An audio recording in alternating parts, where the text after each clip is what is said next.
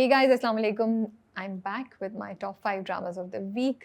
देखते हैं कि नए ड्रामा में से कोई हमारे टॉप 5 में है या नहीं है। नंबर 5 पे हमारे पास है शरपसंद।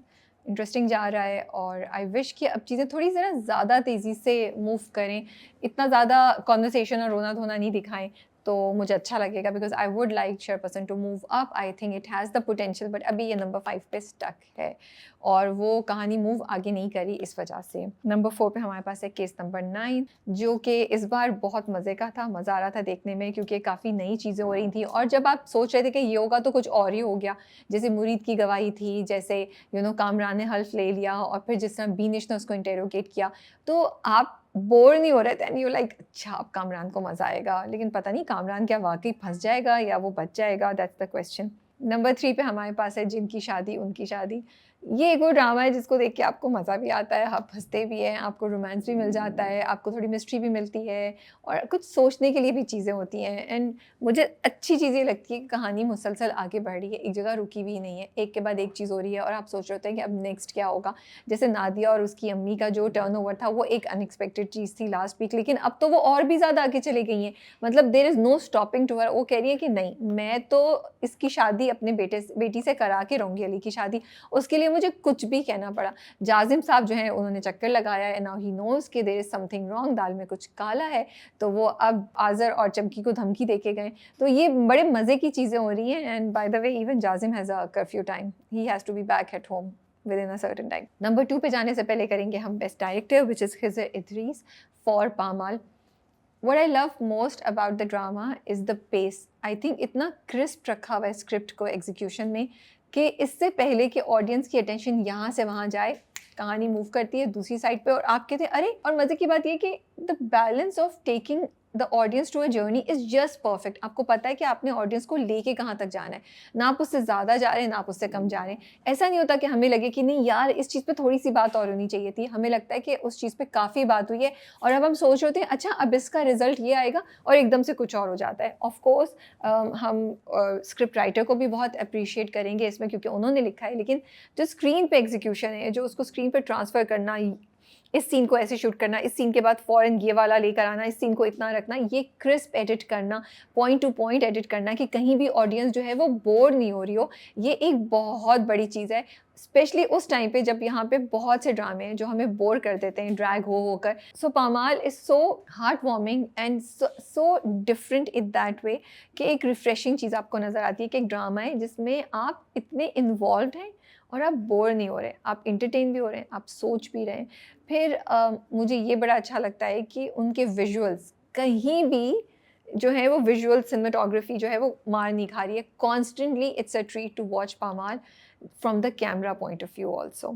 नंबर 2 पे हमारे पास है जमा तकसीम। आई कांट वेट फॉर जमा तकसीम कमिंग टुनाइट। और जो उसने एक कॉमिक साइड ली है ना, बट हमें मैसेजेस फिर भी मिल रहे हैं। अभी भी हम साइड्स ले रहे हैं और हम सोच रहे हैं, साइड्स तो नहीं ले रहे बट हम सोच रहे हैं हर पॉइंट के बारे में, वो बहुत ज़बरदस्त है।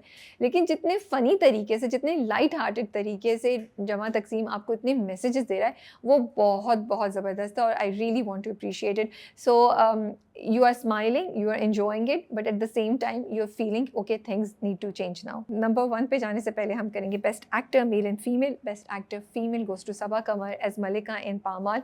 क्या ज़बरदस्त एक्टिंग है। देयर इज़ अ सीन जब डिलीवरी के बाद रज़ा और वो बैठे होते हैं एंड वो नाम सोच रहे होते हैं बेबी का, तो वो नाम सजेस्ट करती है रज़ा से नहीं उसका नाम हादिया रखेंगे बिकॉज हादिया मैंने चूज़ कर लिया और हादिया उस पर सूट करेगा।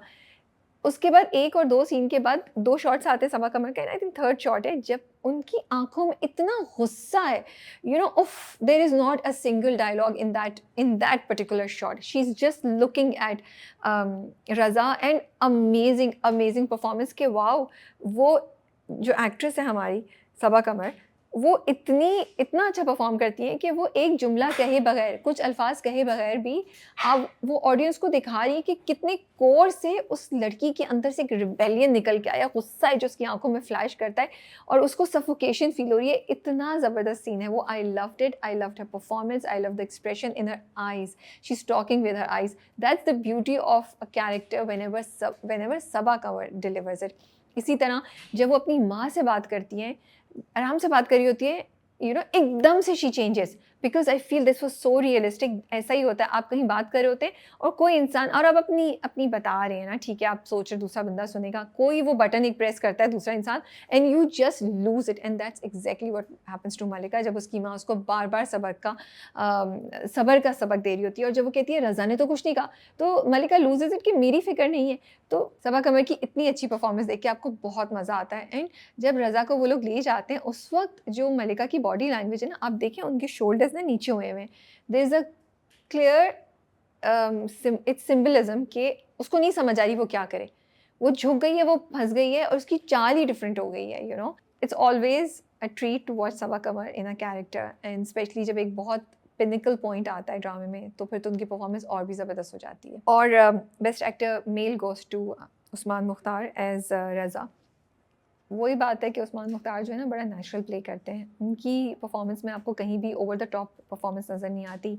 उनका कैरेक्टर हमेशा वो डिलीवर करता है जो उसको करना चाहिए, लेकिन कहीं भी वो टोन पे, एक्सप्रेशन पे या वो अपने बॉडी लैंग्वेज पे कॉम्प्रोमाइज़ करके उसको एग्जैजरेट करने की कोशिश नहीं करते। रज़ा में उनके पास ये मार्जिन था कि वो कर सकते हैं, लेकिन फिर भी वो उतना ही रखते हैं जितना ज़रूरी है। एंड इतना अच्छा परफॉर्म किया है कि मलिका के साथ साथ हमें भी रज़ा का डर है। जब मलिका ने हादिया को नहीं पिक किया होता, वो लेट हो जाती है और फिर रज़ा जब कमरा बंद करके, दरवाज़ा बंद करके कमरे से निकलते हैं हादिया को सुलाने के बाद, literally my heart was also like oh God, it's gonna be scary. ये तो, और वो बिल्कुल ऐसे निकलते हैं कि कुछ कर देंगे मलिका को, यू नो, आज तो मलिका की शामत आनी आनी है, नॉट जस्ट वर्बल, कुछ हो जाएगा। तो ये बड़ी ज़बरदस्त बात है कि without actually doing something really really bad, just by your actions, just by your tone, just by your behavior, your expressions, आपने ऑडियंस के दिल में भी एक फियर क्रिएट कर लिया है कैरेक्टर का कि हमें पता है कि Raza is somebody who can lose it, who will do this. And मतलब इतने इमोशनल एक ट्रॉमा से आप मलिका के साथ साथ हमें भी गुजार रहे होते हैं।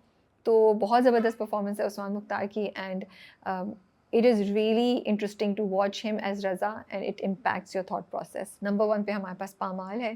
पामाल कोई इतना खूबसूरत ड्रामा है, एंड आई थिंक जब पामाल स्टार्ट हुआ था तो मैंने शायद रियलाइज़ नहीं किया था कि ये ड्रामा इतनी लेयर्स में बात करेगा और इसके पीछे इतनी रेलिवेंट चीज़ें हो सकती हैं जो किसी ना किसी को कहीं ना कहीं जाके अट्रैक्ट करेंगी, कनेक्ट करेंगी उनके साथ। तो परफॉर्मेंसेस बहुत अच्छी हैं, स्टोरी बहुत अच्छी है। Pamaal is going very very strong at number 1।